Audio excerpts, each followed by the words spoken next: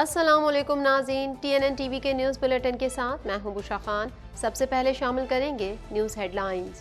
Peshawar police lines دھماکے میں شہدا کی تعداد 95 ہو گئی۔ پولیس لائنز خودکش دھماکہ اور کوہاٹ واقعے پر خیبر پختونخوا میں ایک روزہ سوگ۔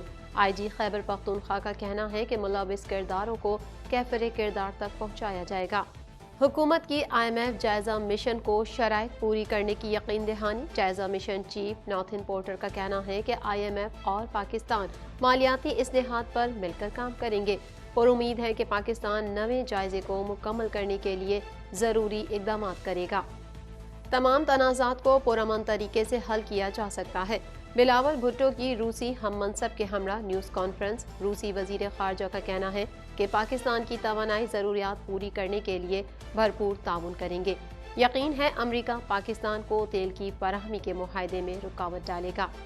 تاندہ ڈیم میں کشتی ڈوبنے کا واقعہ، جاں بحق طلبہ کی تعداد 50 ہو گئی۔ ڈوبنے والی بدقسمت کشتی میں 57 مدرسے کے طالب علم سوار تھے۔ ریسکیو حکام کے مطابق کشتی بان ساجد کی لاش بھی مل گئی ہے۔ ملک کے بیشتر علاقوں میں موسم سرد اور خشک رہے گا۔ محکمہ موسمیات کے مطابق کراچی میں جمعرات کو سمندری ہوائیں فعال ہونے کا امکان۔ پنجاب کے میدانی علاقوں میں بارش کے بعد دھند چھا گئی۔ کوئٹہ کسٹمز انفورسمنٹ کی بڑی کارروائی، بڑی تعداد میں غیر ملکی شراب برآمد۔ شراب کی مالیت 2 کروڑ سے زائد بنتی ہے۔ کینیڈا میں ارکان پارلیمنٹ کی 6 ہفتوں کے وقفے کے بعد ایوان میں واپسی۔ حکومت کو اپوزیشن کی جانب سے اہم مسائل پر کڑی تنقید کا سامنا۔ کینیڈین وزیر اعظم کا کہنا ہے کہ حکومت متوسط طبقے پر توجہ مرکوز کر رہی ہے۔ کینیڈین حکام کی جانب سے چینی حکومت سے منسلک کمپنی کے آلات کی تحقیقات۔ حکام کا کہنا ہے کہ کینیڈین شہریوں کی سلامتی کو کوئی خطرہ نہیں، سیکیورٹی پر کوئی سمجھوتا نہیں کیا گیا۔ کینیڈین شہر ٹورنٹو میں شدید سردی کی پیش گوئی۔ شہری حکومت کی جانب سے چوتھا وارمنگ سینٹر کھول دیا گیا۔ حکام کا شہریوں کو گھر سے باہر جانے سے قبل موسمی حالات کا جائزہ لینے کا مشورہ۔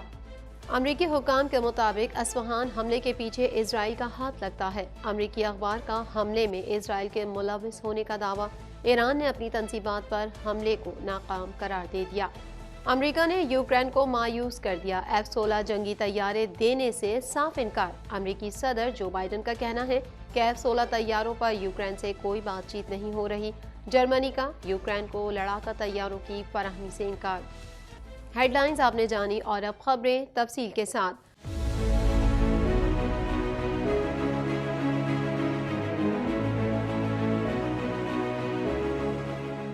1.25 کروڑ کی آبادی پر مشتمل کراچی میٹروپولیٹن سٹی میں صحت کے حوالے سے ہسپتال تو بہت، لیکن فزیو تھراپی سینٹر نایاب ہیں۔ الحمدللہ ہم نے اس کمی کو پورا کرتے ہوئے گلستان جوہر میں زبیداس فزیو تھراپی سینٹر کا آغاز کر دیا ہے۔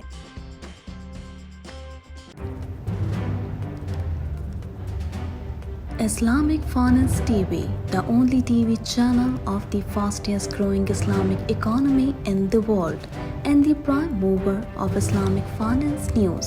Follow us on our social media handles and watch our reports and educational program at www.islamicfinancetv.com. For advertisement, please contact us at islamicfinancetv@gmail.com.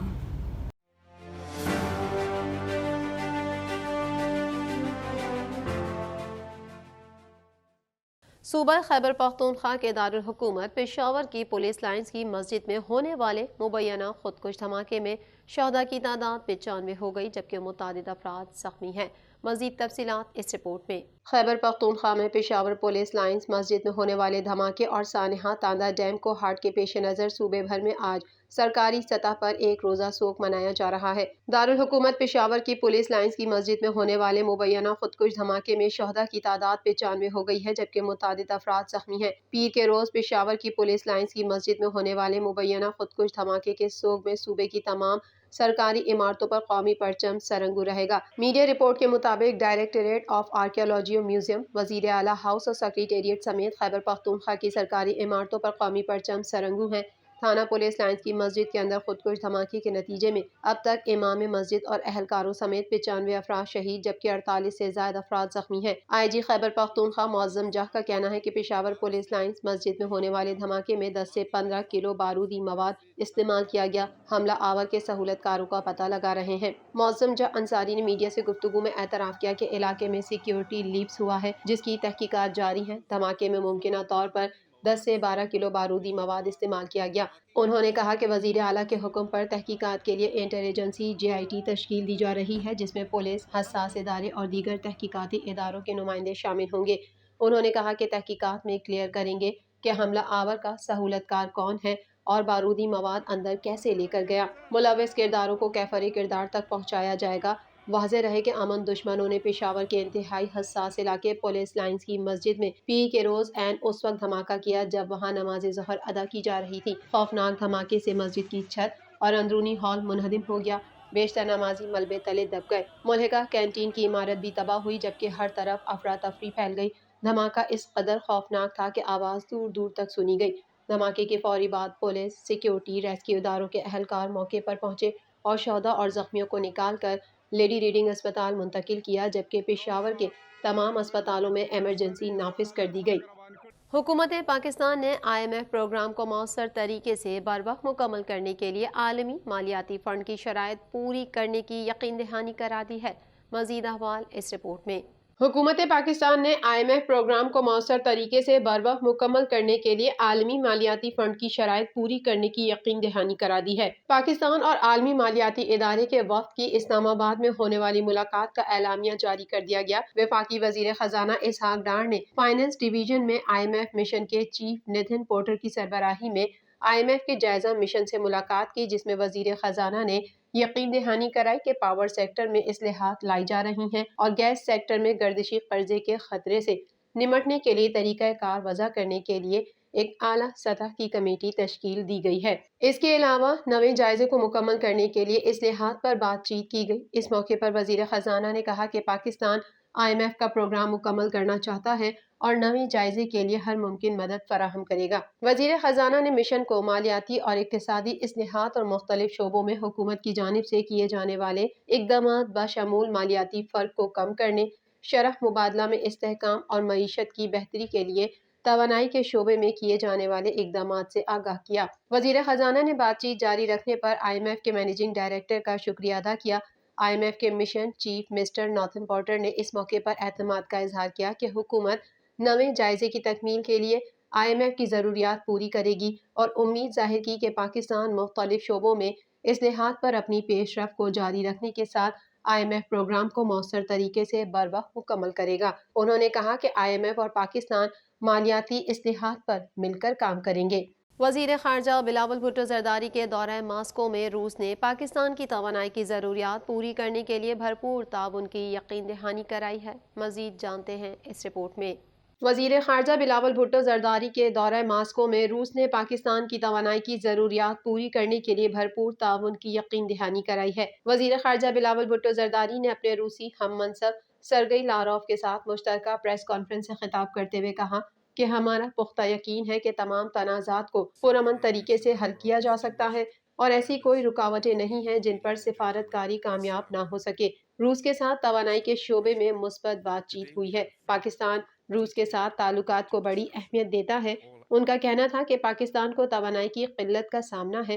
امید ہے کہ میرے روس کے دورے میں اس سلسلے میں مثبت پیش رفت ہوگی۔ توقع ہے کہ دوسرے ممالک روس کے ساتھ باہمی تعلقات میں مداخلت نہیں کریں۔ بلاول بھٹو زرداری نے یوکرین کے تنازع کو سفارتی ذرائع سے حل کرنے کی ضرورت پر زور دیتے ہوئے کہا کہ پاکستان جیسے ترقی پذیر ممالک کو اس کے معاشی اثرات کا سامنا ہے۔ انہوں نے کہا کہ پاکستان اور روس کے درمیان افغانستان پر بہتر تعاون ہے اور جنگ سے متاثرہ ملک میں امن و استحکام کے مشترکہ اہداف حاصل کرنا چاہتے ہیں۔ پاکستان کی موجودہ حکومت ملک کی توانائی کی ضروریات سے نمٹنے کے لیے بھی پرعزم ہے۔ ہم روس، امریکہ اور یورپ کے ساتھ اپنے تعاون کو قدر کی نگاہ سے دیکھتے ہیں۔ روسی وزیر خارجہ سرگئی لاروف کا کہنا تھا کہ امریکہ پاک روس توانائی ڈیل روکنے کی کوشش کرے گا۔ سرگئی لاروف نے کہا کہ امریکہ شرمناک اور غرور بھرے لہجے میں ہر ملک کو روس سے تجارت کرنے سے روکتا ہے۔ لاروف کا کہنا تھا کہ ہم باخبر ہیں کہ مغربی ممالک کیا اقدامات کر سکتے ہیں وہ صرف پابندیوں کی دھمکیاں ہی نہیں بلکہ دہشت گردی پر بھی اتر سکتے ہیں۔ روسی وزیر خارجہ نے کہا کہ مغربی ممالک نارڈ اسٹریم 1 اور 2 کو سبوتاژ کرنے جیسے اقدامات کر سکتے ہیں۔ روسی وزیر خارجہ نے پشاور کی مسجد میں حملے کی مذمت کرتے ہوئے کہا کہ غیر جانبدارانہ پوزیشن کے حوالے سے پاکستان کا موقف قابل تحسین ہے۔ پاکستان کی توانائی ضروریات کو پورا کرنے کے لیے بھرپور تعاون کریں گے۔ دہشت گردی کے خاتمے کے لیے عالمی تعاون ضروری ہے۔ پاکستان کے ساتھ مشترکہ مشقوں اور فوجی تربیت سمیت باقاعدہ فوجی رابطے کر رہے ہیں۔ خطے سے دہشت گردی کے خاتمے کا براہ راست تعلق افغانستان سے ہے۔ اس مقصد کے لیے شنگھائی تعاون تنظیم بالخصوص افغانستان سے متعلق اس کے رابطہ گروپ کی صلاحیتوں کو استعمال کرنے پر اتفاق کیا ہے۔ کوہاٹ کے تاندہ ڈیم میں کشتی ڈوبنے کے واقعے میں جاں بحق ہونے والے طلباء کی تعداد 50 تک پہنچ گئی ہے۔ مزید تفصیلات اس رپورٹ میں۔ کوہاٹ کے تاندہ ڈیم میں کشتی ڈوبنے کے واقعے میں جاں بحق ہونے والے طلباء کی تعداد 50 تک پہنچ گئی ہے۔ ریسکیو حکام نے بتایا کہ تاندہ ڈیم میں ڈوبنے والی بدقسمت کشتی میں 57 مدرسے کے طالب علم سوار تھے۔ خیبر پختونخوا کے ضلع کوہاٹ میں واقع تاندہ ڈیم سے مزید 9 افراد کی لاشیں نکال لی گئیں، جس کے بعد کشتی ڈوبنے سے جاں بحق ہونے والوں کی تعداد 50 ہو گئی۔ پولیس کے مطابق ریسکیو آپریشن بدستور جاری ہے اور مبینہ طور پر زیر آب 2 طلباء کی لاشوں کو تلاش کیا جا رہا ہے۔ ریسکیو آپریشن کی تمام تر کارروائی کی نگرانی ڈی پی او کوہاٹ عبدالرؤف بابر قیصرانی خود کر رہے ہیں۔ ریسکیو حکام کے مطابق کشتی بان ساجد کی لاش بھی مل گئی ہے۔ کوہاٹ پولیس نے حادثے کا مقدمہ کشتی بان اور ایکسین محکمہ ایریگیشن کے خلاف درج کیا تھا۔ ریسکیو آپریشن میں پاک فوج اور نیوی کے جوان، ریسکیو ٹیمیں اور مقامی غوطہ خوروں نے حصہ لیا۔ واضح رہے کہ اتوار 29 جنوری کو کوہاٹ کے تاندہ ڈیم میں کشتی الٹنے سے طلباء ڈوب گئے تھے، جن کی تلاش کے لیے ریسکیو آپریشن جاری ہے۔ خیبر پختونخوا کے نگراں حکومت نے کشتی ڈوبنے کے واقعے کا نوٹس لیا تھا۔ نگراں صوبائی وزیر خوشدل خان نے واقعے کی انکوائری کا حکم دیتے ہوئے کوہاٹ انتظامیہ کو واقعے کی رپورٹ پیش کرنے کی ہدایت کی تھی۔ پنجاب کے میدانی علاقوں میں بارش کے بعد دھند چھا گئی ہے۔ شہر کراچی میں جمعرات 2 فروری کو سمندری ہوائیں فعال ہونے کا امکان ہے، جس سے سردی کی شدت میں کمی ہو سکتی ہے۔ مزید احوال اس رپورٹ میں۔ پنجاب کے میدانی علاقوں میں بارش کے بعد دھند چھا گئی ہے۔ شہر میں جمعرات 2 فروری کو سمندری ہوائیں فعال ہونے کا امکان ہے، جس سے سردی کی شدت میں کمی ہو سکتی ہے۔ محکمہ موسمیات کے مطابق آئندہ 24 گھنٹوں کے دوران ملک کے بیشتر علاقوں میں موسم سرد اور خشک رہے گا۔ محکمہ موسمیات کے مطابق بدھ کو کم سے کم پارہ 13 اور زیادہ سے زیادہ 28 ڈگری ریکارڈ ہو سکتا ہے، جبکہ جمعرات کو درجہ حرارت کم سے کم 15 اور زیادہ سے زیادہ 29 ڈگری ریکارڈ کیا جا سکتا ہے۔ کراچی کے علاوہ سندھ کے بقیہ شہروں میں موسم سرد اور خشک رہنے کا امکان ہے، جبکہ میدانی علاقوں میں صبح کے وقت دھند چھا سکتی ہے۔ ملک میں آج کم سے کم درجہ حرارت لہیا میں -8 ریکارڈ کیا گیا۔ شمالی بلوچستان اور بالائی علاقوں میں موسم شدید سرد رہے گا۔ کشمیر، گلگت بلتستان میں چند مقامات پر ہلکی بارش کا امکان اور پہاڑوں پر ہلکی برف باری متوقع ہے، جبکہ پنجاب کے میدانی علاقوں میں رات اور صبح کے اوقات میں دھند پڑنے کا امکان ظاہر کیا گیا ہے۔ آزاد کشمیر میں بارش و برف باری کا سلسلہ تھم گیا۔ شاہراہوں پر شدید برف پڑنے سے نیلم ویلی سمیت آزاد کشمیر کے 5 اضلاع کی شاہراہیں بند ہو گئی ہیں، جبکہ بالائی علاقوں میں معمولات زندگی بھی متاثر ہیں۔ شدید برف پڑنے کی وجہ سے وادی گریز شاہراہ مسلسل 15 روز سے بند ہے۔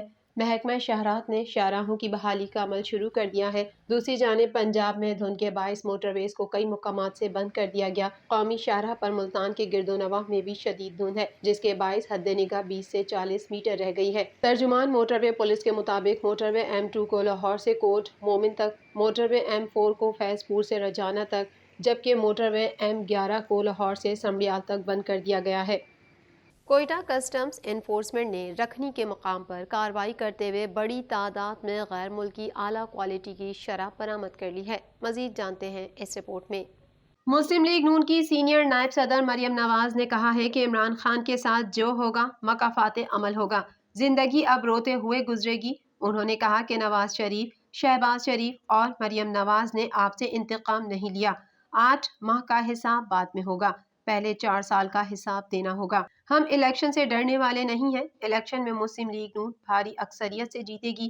لندن سے براستہ ابوظہبی لاہور پہنچنے پر عوامی جلسے سے خطاب کرتے ہوئے مریم نواز نے شرکاء کو اپنی اور پارٹی قائد نواز شریف کی جانب سے سلام کرنے کے بعد اعلان کیا کہ آپ کا اور میرا محبوب قائد جلد واپس آئے گا۔ انہوں نے کہا کہ 3 بار نکالے جانے کے باوجود آج بھی نواز شریف ملک کا سب سے بڑا لیڈر ہے، جو آپ کی محبت میں جلد واپس آ رہے ہیں۔ علامہ اقبال انٹرنیشنل ایئرپورٹ پر جلسے سے خطاب کرتے ہوئے مریم نواز کا کہنا تھا کہ بھائیوں بہنوں بزرگوں آپ سب کو مریم نواز اور نواز شریف کی طرف سے پوری قوم کو سلام۔ مزید خبریں بھی بلیٹن کا حصہ ہوں گی اس بریک کے بعد۔